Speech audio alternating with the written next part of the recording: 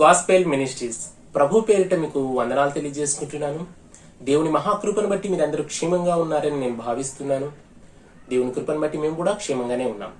నేడు మన వాక్య భాగం యొక్క క్యాప్షన్ ఏంటంటే, అంటే మన సందేశానికి టైటిల్ ఏంటంటే, దావీదు కుమారుడా నన్ను కరుణింపుము. ఈ వాక్యాలు మనము లూకాసు వార్త 18:35-43 వరకు మనం చదివినట్లయితే అక్కడ ఒక భిక్షగాడు దేవుణ్ణి యేసుక్రీస్తుని ఈ విధంగా సంబోధిస్తాడండి.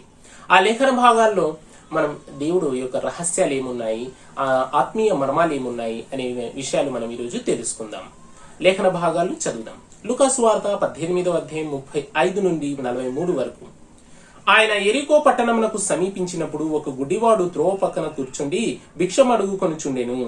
జన సమూహము దాటిపోవుచున్నవాడు చప్పుడు విని ఇది ఏమని అడుగగా, వారు నజరేయుడని యేసు ఈ మార్గమున వెళ్ళుచున్నాడని వానితో చెప్పిరి. అప్పుడు వాడు, యేసు దావీదు కుమారుడా నన్ను కరుణింపుమని కేకలు వేయగా, ఊరకుండుమని ముందర నడుచుచుండిన వారు వానిని గద్దించిరి. గాని వాడు మరీ ఎక్కువగా, దావీదు కుమారుడా నన్ను కరుణింపుము అని కేకలు వేసెను. అంతటా యేసు నిలచి వానిని తన యొద్దకు తీసుకుని రమ్మనెను.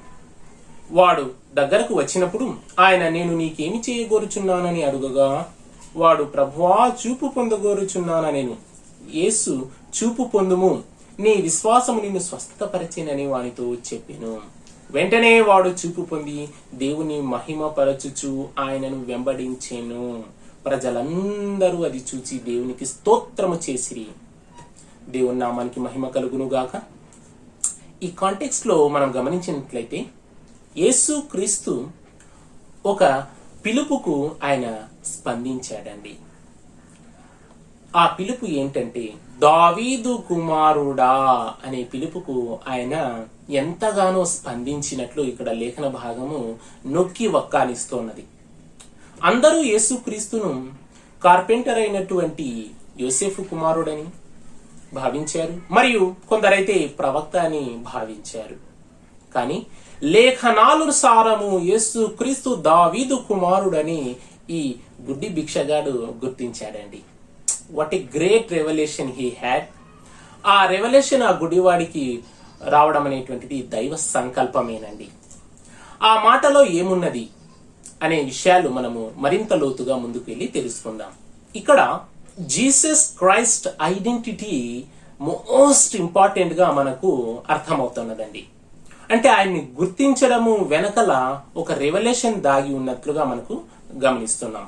మత్తయి సువార్త 1వ అధ్యాయంలో కూడా మనకు వాక్యం ఇలా ప్రారంభమవుతుంది, అబ్రహాము కుమారుడగు దావీదు కుమారుడైన యేసు క్రీస్తు వంశావళి అని. ఫిజికల్ గా లిటరల్ గా అయితే మనకు అబ్రహాముకు దావీదుకు మధ్య 14 తరాలు గ్యాప్ ఉంది, మరియు దావీదుకు యేసుక్రీస్తుకు మధ్య సుమారుగా 28 తరాలు గ్యాప్ ఉందండి. మరి ఇన్ని తరాలను స్కిప్ అవుట్ చేసి దావీదు కుమారుడైన అబ్రహాము కుమారుడైన దావీదు కుమారుడగు యేసుక్రీస్తు వంశావళి అని అక్కడ పేర్కొనడంలో ఎంతో గొప్ప దైవ మర్మము దాగి ఉన్నది. రండి ఆ దైవ మర్మాన్ని ఈరోజు మనం తెలుసుకుందాం. ఆది కాండము 17వ అధ్యాయం 7వ వచనంలో తండ్రి అయిన యెహోవా అబ్రహాముతో ఈ వాగ్దానం చేస్తాడండి. ఒక మాట ఇస్తాడు, నేను నీకు ఒక తరమును ఒక సంతతిని ప్రసాదిస్తాను. ఆ సంతానమునకు దేవుడనై ఉండునట్లు నాకును నీకును తరతరములకు ఒక నిబంధనను నేను ఏర్పాటు చేసుకుంటాను. ఆ నిబంధన నిత్యమైన నిబంధనగా ఉంటుంది. దాన్ని నేను నిత్యము తరతరములు స్థిరపరుస్తానని దేవుడైన యెహోవా అబ్రహాముకు అక్కడ వాగ్దానం చేస్తున్నాడు. మరి ఇక్కడ దేవుడు అబ్రహాముతో నిత్య నిబంధన చేసుకున్నట్లు తదనుగుణంగా ఒక గొప్ప జనాంగాన్ని ఆయన ప్రసాదించాడు. ఒక భూమిని, వాగ్దాన భూమిని వారికి ప్రసాదించాడు. ఆ తర్వాత దావీదుతోని దేవుడు ఇంత పర్సనల్ గా తన నిబంధనను స్థిరపరిచినట్లు మనకు 2వ సమూయేలు గ్రంథం 23వ అధ్యాయం 3-4 వరకు మనకు చదివితే అక్కడ మనకు స్పష్టంగా అర్థమవుతుందండి. లేఖనం చదువుదాం. 2వ సమూయేలు గ్రంథం 23వ అధ్యాయం 2-4 వచనాలు. యెహోవా ఆత్మ నా ద్వారా పలుకుచున్నాడు, ఆయన వాక్కు నా నోట ఉన్నది. ఇజ్రాయేలీయుల దేవుడు సెలవిచ్చుచున్నాడు, ఇజ్రాయేలీయులకు ఆశ్రయ దుర్గమగువాడు నా ద్వారా పలుకుచున్నాడు. మనుష్యులను ఏలు ఒకడు పుట్టును, అతడు నీతిమంతుడై దేవుని యందు భయభక్తులు కలిగి ఏలును. ఉదయకాలపు సూర్యోదయ కాంతి వలెను, మబ్బు లేకుండా ఉదయించిన సూర్యుని వలెను, వర్షము కురిసిన పిమ్మట నిర్మలమైన కాంతి చేత భూమి నుండి పుట్టిన లేత గడ్డి వలెను అతడు ఉండును అని ఇక్కడ పరిశుద్ధాత్మ ద్వారా దావీదు పలుకుచున్నాడండి. దావీదు ద్వారా ఒక ఏలిక పుట్టబోతున్నాడని ఇక్కడ అబ్రహాము తర్వాత దావీదుతోని దేవుడు ఇంత పర్సనల్ గా తన నిబంధనను ఇక్కడ ఏర్పరచుకున్నట్లు మనకు స్పష్టంగా అర్థమవుతున్నదండి. ఇక్కడ 12 గోత్రికులను కన్నటువంటి యాకోబును గాని మరియు ఇజ్రాయేలీలను నడిపించినటువంటి నాయకుడైన మోషే గాని యేసు క్రీస్తు యొక్క తండ్రులుగా వాళ్ళు సంబోధించబడలేదు గాని అబ్రహాము మరియు దావీదులు యేసు క్రీస్తు యొక్క తండ్రులని సంబోధించబడ్డారు. ఆహా, ఎంత ధన్యులండి వారు! అబ్రహాము దావీదులు ఎంత ధన్యులై ఉన్నారు. సో ఇక్కడ యేసు క్రీస్తు ఐడెంటిటీ మనను ఇక్కడ ఒక రెవల్యూషన్ వైపుకు నడిపిస్తుందండి. ఆ ఐడెంటిటీ ఏంటంటే యేసు క్రీస్తు ఒక రాజు అనేటువంటి ఐడెంటిటీ ఆ భిక్షగాడు గుర్తించాడండి. ఆ ఐడెంటిటీలో ఏముంది మనము ఇంకా లోతుగా తెలుసుకుందాం. 2వ సమూయేలు గ్రంథం 23 అధ్యాయం 3-4 వచనాల ప్రకారం మనుష్యులను ఏలువాడు పుట్టును. మనుష్యులను ఏలేది రాజే కదండి. మరి అదేవిధంగా 1 సమూయేలు గ్రంథం 7వ అధ్యాయం 12 ప్రకారం నీ గర్భములో నుండి వచ్చిన నీ సంతతిని హెచ్చించి రాజ్యమును అతనికి స్థిరపరచెదను అని దేవుడు ఆ దావీదుతో అక్కడ నిబంధన చేశాడు. వాస్తవానికి చూసినట్లయితే దావీదు తర్వాత సొలొమోను 40 ఏళ్లు ప్రశాంతంగా పాలిస్తాడు. అయితే సొలొమోను తర్వాత రాజ్యం 2 చీలికలుగా మారిపోతుంది. తర్వాత కొన్ని సంవత్సరాలకు వారు ఇజ్రాయేలీలందరూ చెల్లా చెదరైపోయి వారు ఐడెంటిటీ లేకుండా అయిపోతారు. మరి ఇక్కడ దేవుడు చెప్పిన మాట నెరవేరలేదు కదా అనేటువంటి సందేహం మీకు రావచ్చు. కానీ దేవుడు చెప్పినది ఇక్కడ ఫిజికల్ గా ఉన్నటువంటి రాజ్యము కాదు, స్పిరిచువల్ రాజ్యము. ఆ స్పిరిచువల్ రాజ్యానికి నిత్యుడైనటువంటి రాజు యేసుక్రీస్తు అని దేవుడు అక్కడ సెలవిచ్చాడండి. అందుకనే యేసుక్రీస్తు మత్తయి సువార్త 4వ అధ్యాయం 17లో ఆయన చెప్తారు కదా, దేవుని రాజ్యం సమీపించినది, మారు మనస్సు పొందుడని ఆయన తన దేవుని రాజ్యాన్ని ప్రకటించుచు సంచరించాడండి. అది దేవుని రాజ్యము స్పిరిచువల్ రాజ్యంగా చెప్పబడింది. ఆ స్పిరిచువల్ రాజ్యానికి రాజు దావీదు కుమారుడిని యేసుక్రీస్తు అని ఇక్కడ ఆ రెవల్యూషన్ దాగి ఉన్నదండి. హల్లెలూయా. యేసుక్రీస్తును రాజుగా గుర్తించినది ఇద్దరండి. వారెవరంటే తూర్పు దేశపు జ్ఞానులు, తర్వాత ఈ గుడ్డి భిక్షగాడండి. ఆ గుడ్డి భిక్షగాడు యేసుక్రీస్తును రాజుగా గుర్తెరిగాడు. తద్వారా తన కళ్ళు తెరవబడ్డాయి. యేసుక్రీస్తు రాజు అని మరిన్ని లేఖన భాగాలు మనం తెలుసుకొని ముందుకు వెళ్దాము. యెషయా గ్రంథం 16వ అధ్యాయం 5వ వచనం, కృప వలన సింహాసనము స్థాపింపబడును, సత్య సంపన్నుడై దాని మీద కూర్చొండి తీర్పు తీర్చునప్పుడు కలడు.